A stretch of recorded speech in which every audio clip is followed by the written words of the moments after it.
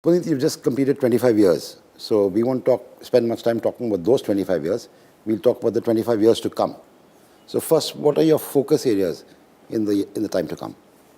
Firstly, Anand, thank you for this opportunity. I really appreciate that, and I want to wish all my colleagues out there that while this year has not been great due to several of the government's initiatives, which are hopefully in the long term better for us, but I'm sure we'll tide away well for the business. Coming to your question, Anant, on the focus areas for the business, while television business, which Z is known for, still is the largest piece of our business, I believe the future is going to be very different. Right. And the future will be different in several manners. And while television still will continue to grow in this country, there are several verticals that Z is focusing on, which I believe will be the future of this entertainment and media powerhouse, as we try to call ourselves. First and foremost, our entry into the movies segment through our production business as well as our music publishing business is going to be a core focus area for us. Right. We believe that film entertainment and consumption of film entertainment across platforms, across mediums, is going to only grow further. And across geographies. And across geographies itself, Right. yes. We believe that films will further break away the boundaries of this world and bring communities together. Right. So we are going to focus on that in a big way. The next vertical, which we believe is going to be digital, of course. We believe that audiences no longer, we can't program for audiences anymore. The audiences will program for themselves. When you say program, you mean scheduling. Exactly. Right. So linear television is going to slow down, but audiences will consume content at their convenience, at their time of convenience, and on the device of their convenience. Before we come to the next focus area, I'll say on digital, you've been slow. We've been extremely slow. So when you say focus area, how will we see a change? So the change is going to be through a new platform that we intend to launch in the next couple of months itself. We are integrating our entire platform strategy of OZ and Ditto into one common platform across our verticals of businesses that will be launching soon. What I mean to say is that it's not just a video platform anymore.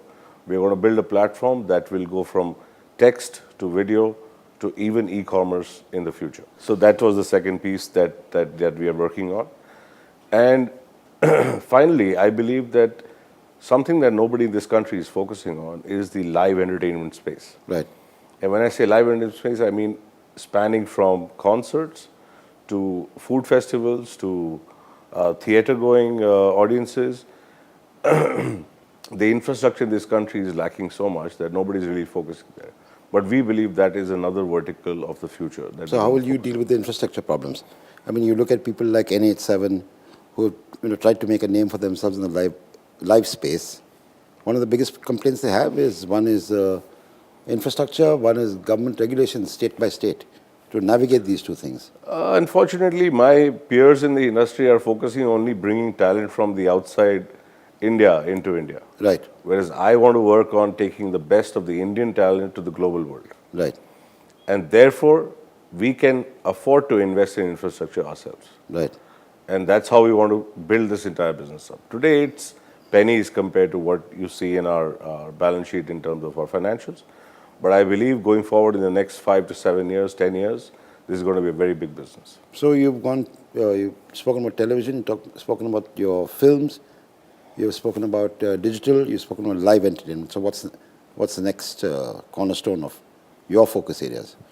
So my focus area today is spanning the three non-traditional verticals. Right. Television in itself is quite stable and growing, but I'm spending a lot of my time on the next three verticals, which is films, digital, as well as the live entertainment business. Okay, so to build on this, tell me, a few years from now, what will the revenue pie of your businesses look like? I mean, today, films is hardly a portion of that. Live entertainment is next to nothing. Digital is small. So how will the revenue pie change? Well, films is not really that small anymore. Right. Films within this financial year itself will be anywhere between 8 to 10%, depending on how the films fare at the box office. At the top line, you're talking At the top line. Right. On terms of the other two are very, very minuscule. Right. But I do believe that, in the next 5 years' time, these three new verticals should contribute anything between 35 to 50% of my top line. This is interesting. Before we go deeper into digital and live, which I want to do, is stay with your traditional business, your television business. That business has changed dramatically in the 25 years that Z has existed. Of course. I was a salesman myself 25 years ago when Z started, and their media buying and selling was done very differently from what it's done today. Sure. There was no such thing as media independent those days. Deals were done between media planners and buyers, plus a client, and then you had the medium itself. Including creative, which is Correct. part of the same Correct. industry. And all these three people sat at a table. Right. They did deals together. They fought together. They celebrated together. All these things happened. And now you got an intermediary who conducts most of your business, I would urge you. So how are you going to grapple with that part of the business? See, It's a real business. It's a real. You need it, but you don't need it. So, is it a friend? It's an enemy. The media agency business. I think it's a function of the day you wake up and the deal that you're trying to crack, right? Right. So from that perspective, I think the media agencies, the media owners, and the final client at Right. the end, for it to work out, it has to be a win-win situation. Right. I don't like the fact that the three don't sit at the table together anymore. Right. I think that's a disadvantage because the media owner can present the case of the media itself better to the client. I believe so.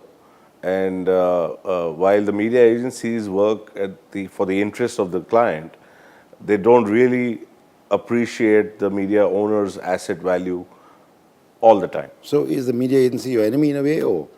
I don't call them enemies. I Right. don't think they are enemies Are they because they need friends? to felicitate the business. Are they friends? They are friends till the time it suits them, Right. but it has to be a win-win at the end of the day. And even today, there is one deal that I negotiate myself in the country, and that is the marquee deal for the entire business. And that is something that the client and the agency and myself as a media owner have to sit together and do. So, would you say, is there any room to go back to the older days where the media salesman spent a lot more time with the client? And in a way, the buying planning agency only stamped the deal. Is there room to go back or go some distance in that direction? I wouldn't say the room is to go back. I Right. would say there is a room for us to now evolve a new ecosystem. Right. See, even in the media ownership or media offerings itself are so vast and varied compared to what it was, let's say, 20 years back or 25 years back when Z started. Today, you've got print, you've got television, you've got radio, you've got digital, you've got so many avenues for advertising. If we don't understand the power of each one of those, and if the client doesn't understand the power of each one of those, it can be a bit misleading. So, what do you have to do, the media owner, what do you have to do to get the client to understand this better? Different from what you're doing today. Different from what we are doing today, I think the basic thing we need to do is present to them what exactly each of these brands or these verticals can deliver for the client, not for the agency, but for the client. And that's when the bridge will get completed. But the structure has changed so dramatically in a lot of large companies. The client will not spend time with you. He'll say, look, discuss with my media agency and they'll get back to me. They'll evaluate and come back to me. They may not want to do it today, but 6 months, 1 year, 2 years down the line, they will have to do it, is my view. Okay, they will have to do it, meaning you will find a device or what would it take for them to do it? The device is going to be the market itself. The market will change so dramatically that if they choose not to do it, they lose the game. Right. Staying, one is the client side, one is the media agency side. What would you tell the media agencies they have to do to change? Or what happens? Do they lose a slice of the business? Do you see them being redundant? What do you see evolving in a new world? I think the biggest message from my side to the media agency is going to be that don't look at only the trading-based business model. Right. Because that business model will not last for too long. Right.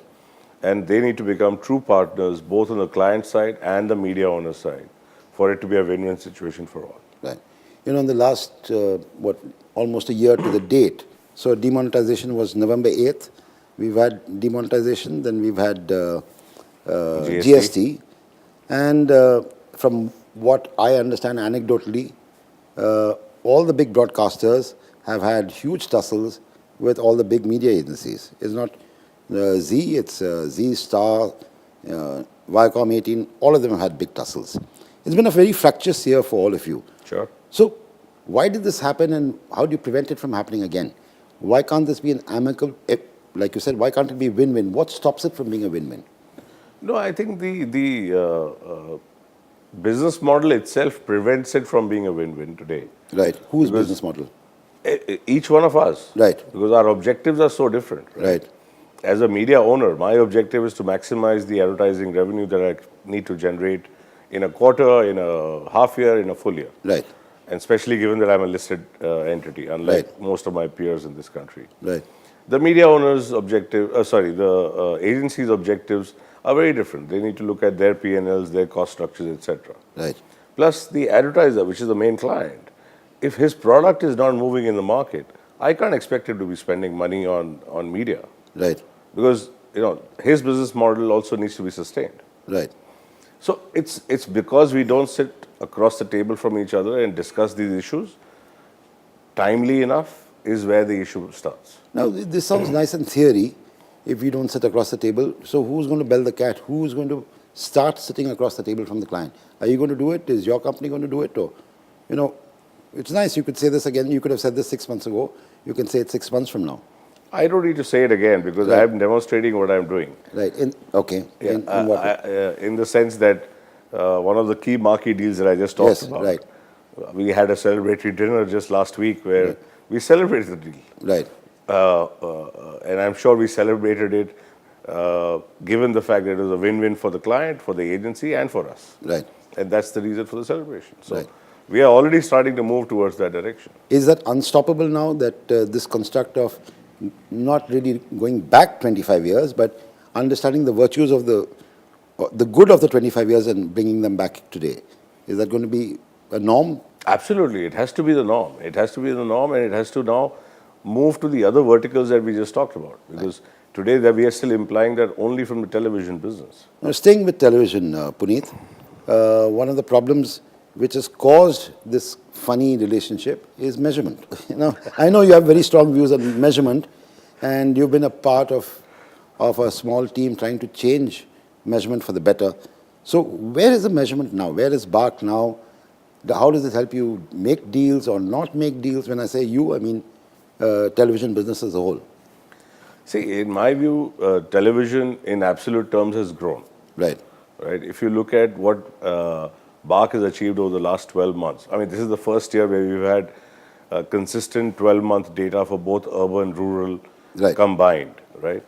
And the metric that we moved from GRPs to actual thousands of impressions that we create. Right. If you look at that metric, television grew 24% in the last 12 months. Right. Now, that's a huge number. Right.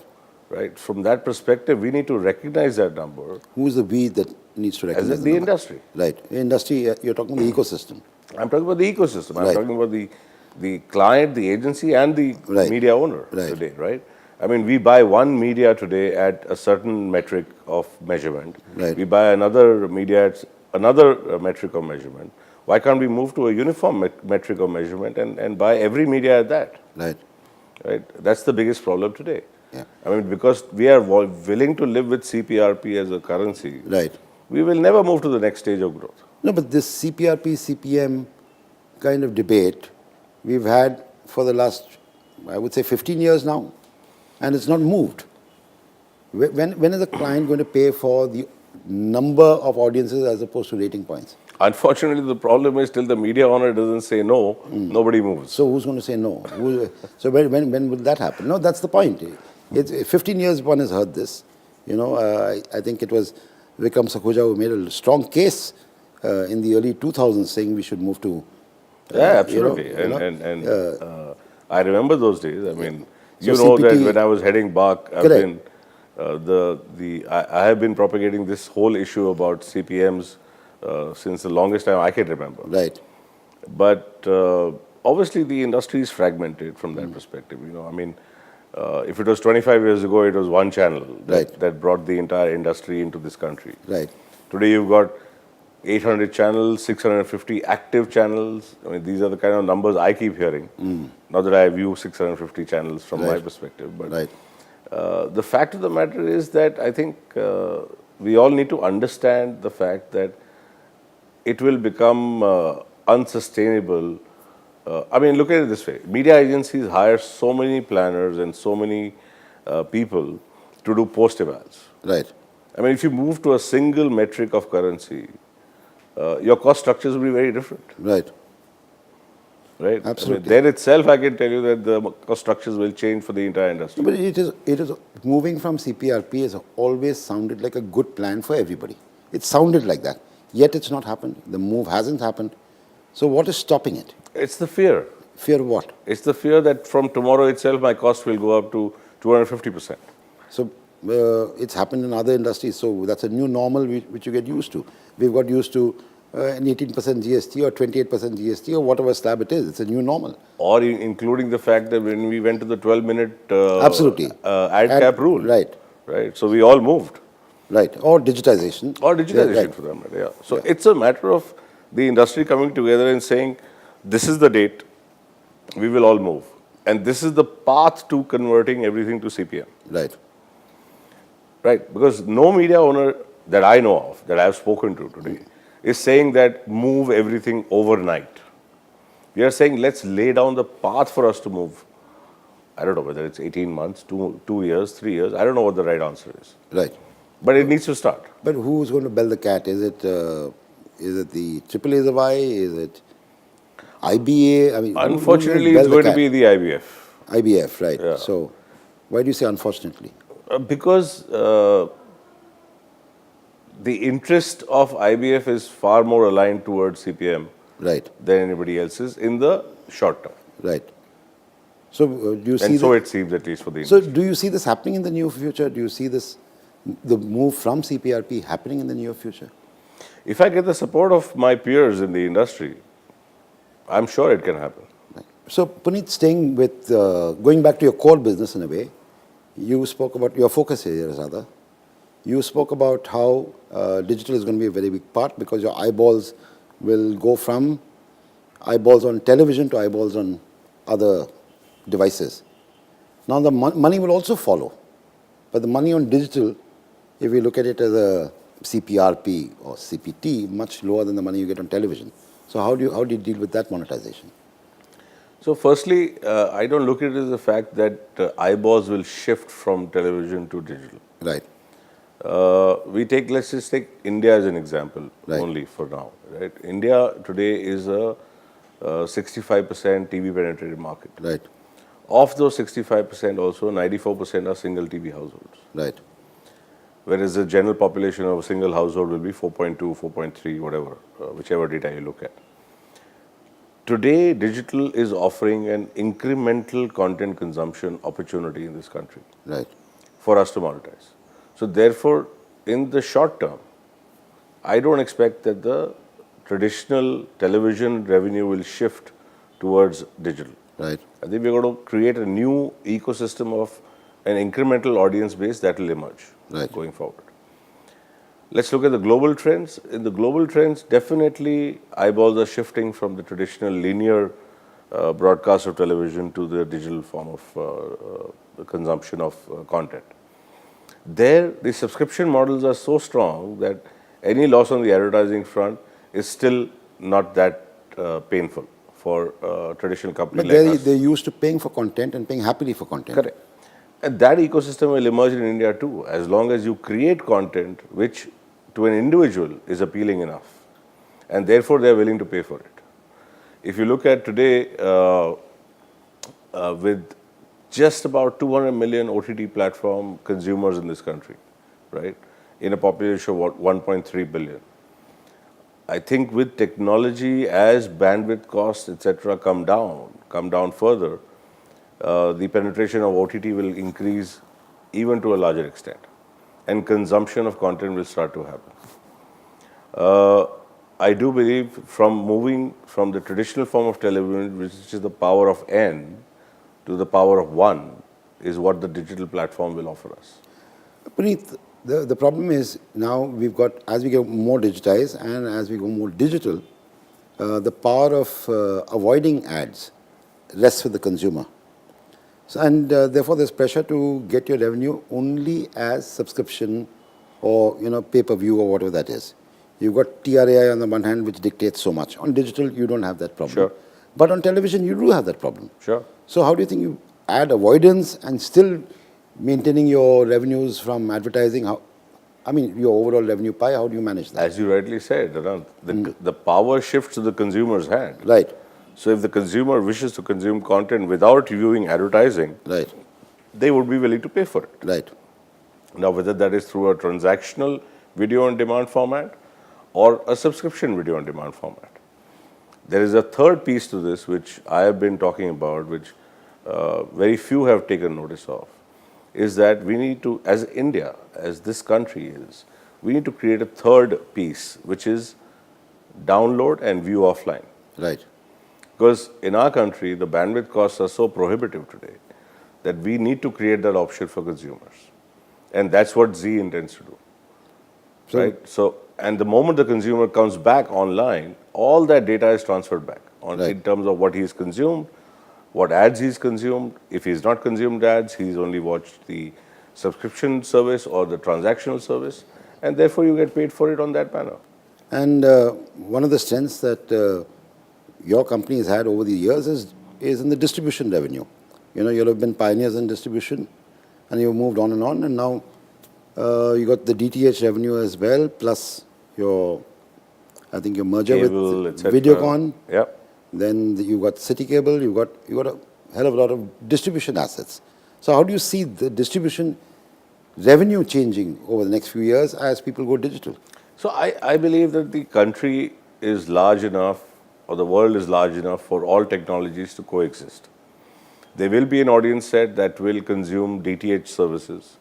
There will be an audience that will go to the cable services, provided cable is willing to invest in broadband capabilities and offering those services to the consumer. Because at the end of the day, the wireline broadband service, no other service can beat that. There will be a free-to-air medium of business that will continue to exist in this country. And there will be monetization models that will come across these platforms. Right. Right. From that perspective, I see, while these entities that you talk about, Dish TV, Videocon, City Cable, are not part of Z Entertainment Enterprises Limited, Sure. which is a separately listed entity. But I believe the future is there for all of them to coexist. Now, when you are seeing so much movement of the consumer, again, we go back to 25 years when Z started. The consumer was very clear. He's the guy who, got a cable connection and he watched it. That's all it was. There was no problem. Now it's so complex. You could be getting it through cable. You could be getting it through DTH.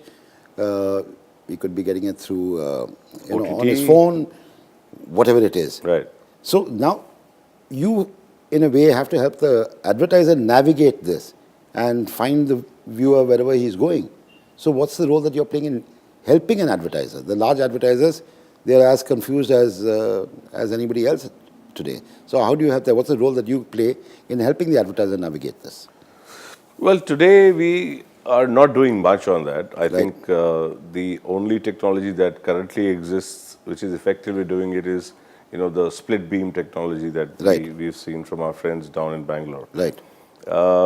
I think with OTT platforms, etc., coming into the fray, and especially content companies like us, which will have products available across the spectrum of platforms, we will have to educate the advertiser and work with them to see where is the client base or the customer base that they want to attract maximum, right? And therefore, just like we sold GEC or movies or we sold regional, independent of each other, we will now have to sell audiences available on different platforms individually or collectively as the advertiser demands for the future. I mean, that's the way to That's go. a vision kind of statement. Now, how does that translate to your salesman or your colleague sales girl or whatever you want to call them, they've got to get rewired almost to deal with all these changes. So, It has to be a new ecosystem altogether. I mean, right, if I take you back 25 years,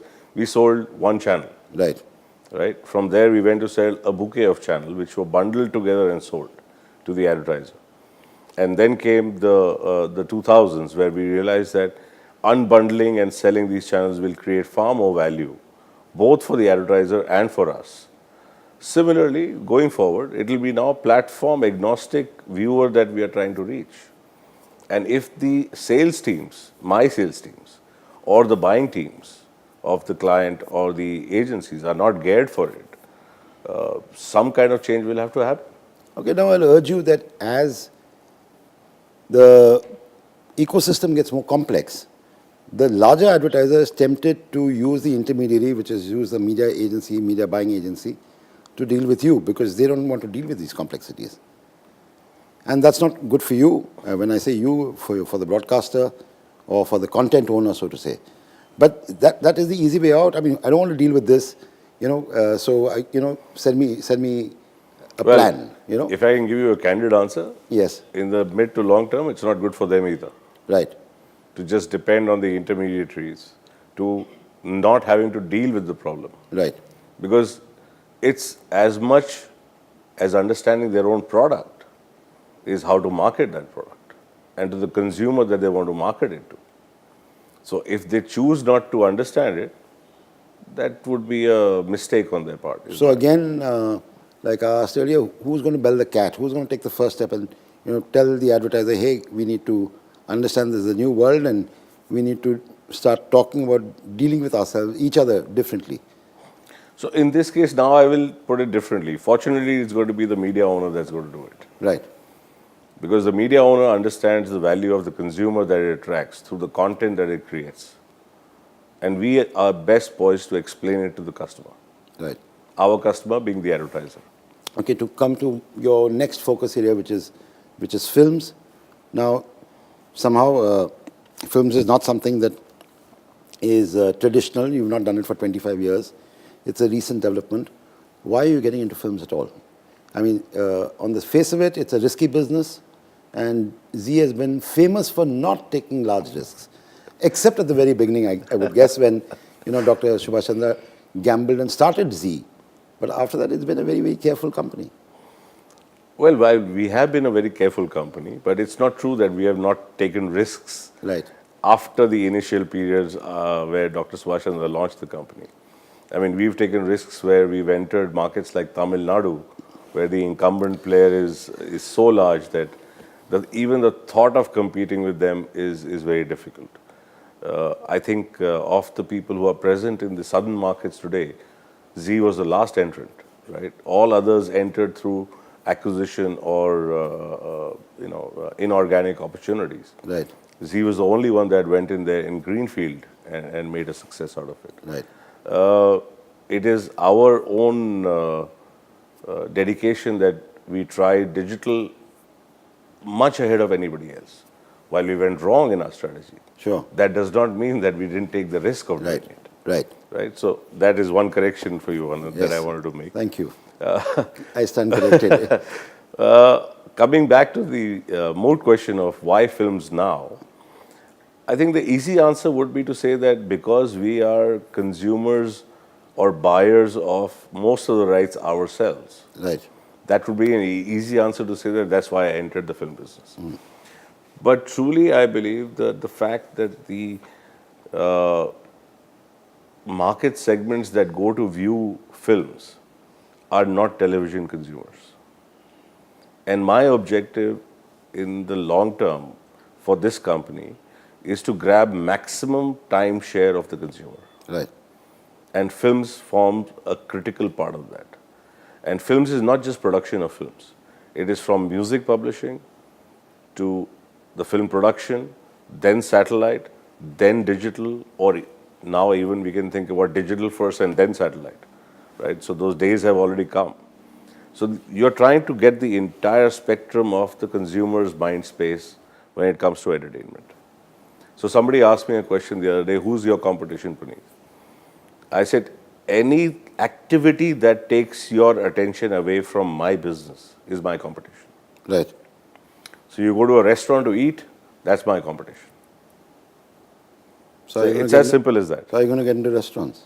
No, Yeah, so I don't think I can span the entire 24-hour activity, because then the next question will I make mattresses? right. Right? Sure. I can't make We won't get into mattresses. that. Okay. Now, staying with this, with the films. Now, it opens up a new set of competition.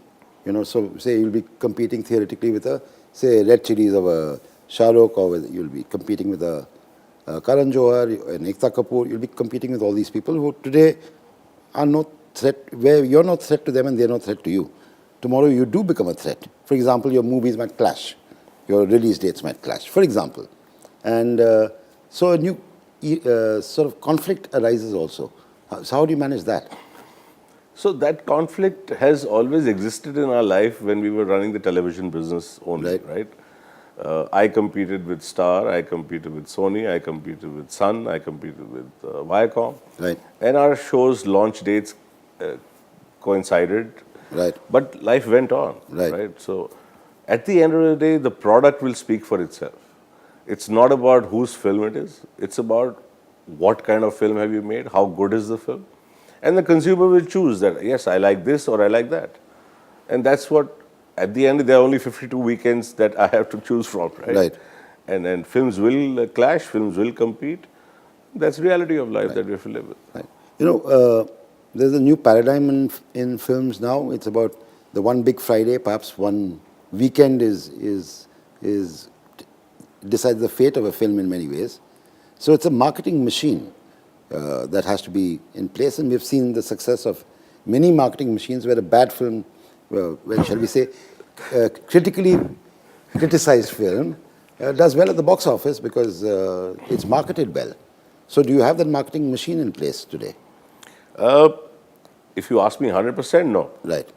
I think we are still building that. We are very, very young in the entire film business space. We're just 3 years old, Right. where we launched our music publishing business and then got into the film production business.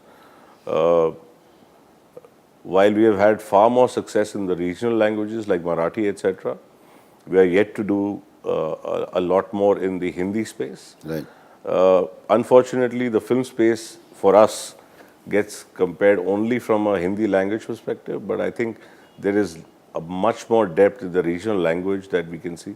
If I may quote another film of mine like Sairat, to contradict what you just said on one big Friday or one big weekend, Sairat ran for more than 2.5 months, and just in the state of Maharashtra did 98 crores of business. Right. I mean, most Hindi films cannot boast of that kind of a number. Right. And that movie was made at pittance compared to the so-called Hindi films that we talked about. Right. Right. So, again, I bring it back to the fact that it's all about content. Our latest release, Secret Superstar, is doing great guns, having released against a mammoth film. I don't want to name the film, but you all know which film I'm talking about. And it's doing great guns. Right. Now, films have become also a large tool for brands to place themselves, to Absolutely. market themselves, and so on. And what is your focus on marketers using your bouquet of films to sell products and services and talk to consumers? So far, I believe the brands and the advertising companies have only used films to just blanketly use them or use the star power to market their product. Right. I think the moment they start becoming more contextual to the film's theme, they will benefit a lot more. In terms of the brands or the marketeers will benefit a lot more. Right. So partnering with the right product and the right film will work a lot more in their interests, rather than just using the brand power of the actor who's working in that film.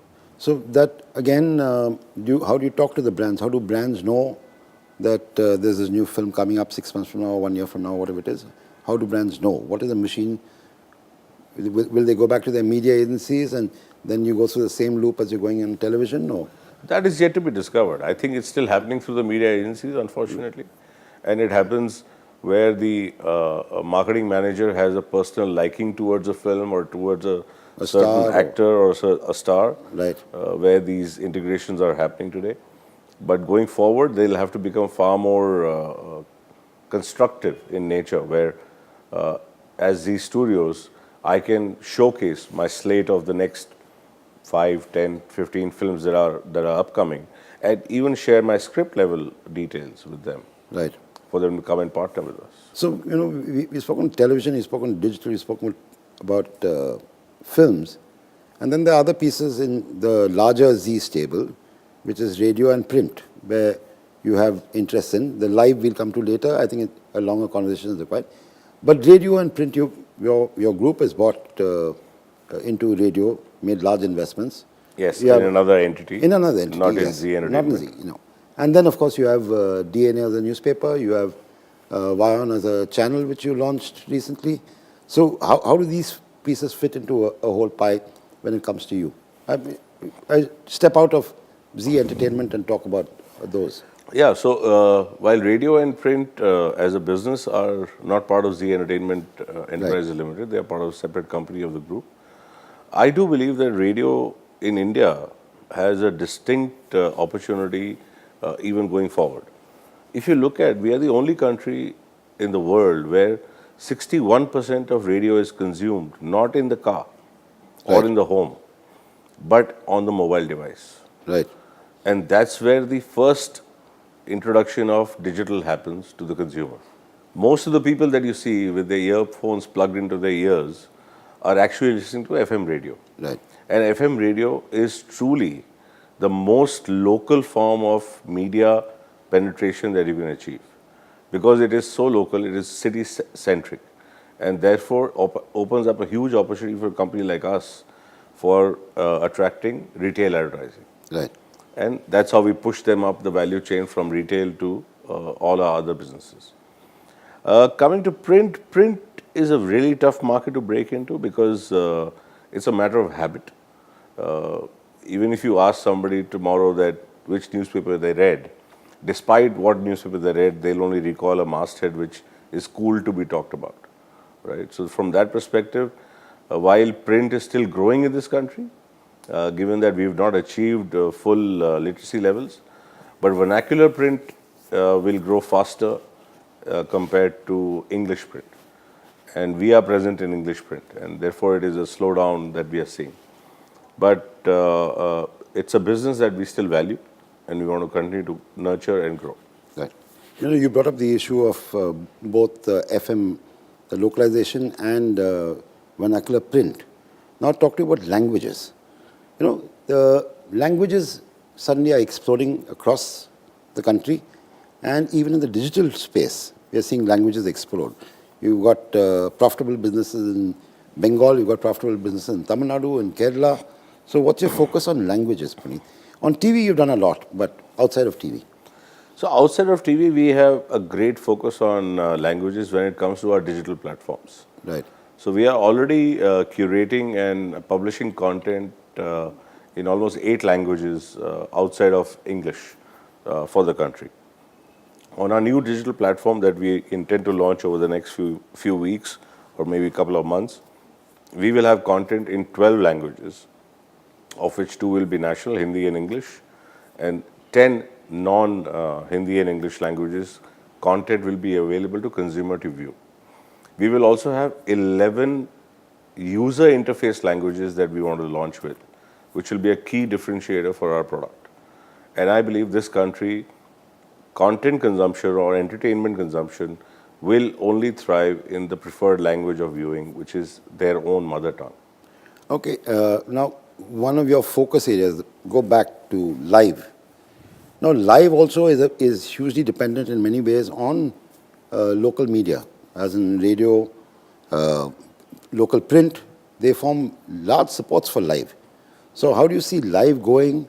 And while you did say a lot of it is going to be taking Indian talent internationally, I'm sure there must be a lot you're going to do within the country as well. So take me through live and what you're going to do there. So on the live front, we have 2 verticals. One is the theatre vertical, which I'll talk about first. Right. We already have had an 8-city tour that we've conducted this year with over 70 shows that have happened. And this is purely for the people who love the original form of the entertainment, which is live performance of shows, etc. We have bought into the IP of those. We have bought into we have partnered with the creators of that IP where we can scale that up and represent it to the audiences in a much bigger and a much more scaled up manner. Similarly, the same IP, we can travel and take it to the international markets going forward. We are also looking and talking to great, big international companies that do live events or live performances, etc., to bring great IP into India. And I'm not talking about just EDM and that kind of entertainment, but I'm talking about real entertainment where people can sit back and enjoy the true sense of theater that we lack today in this country. It's a very nascent business, very, very small today for us, but I believe the opportunity going forward is going to be huge. Now tell me, what's the money for live? Where is it going to come from?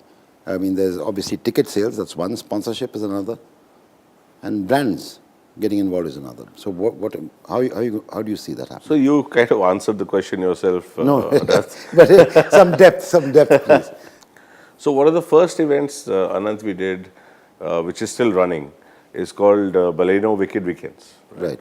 It's 40 events that we've done across the country where we partnered with Baleno or Maruti Suzuki.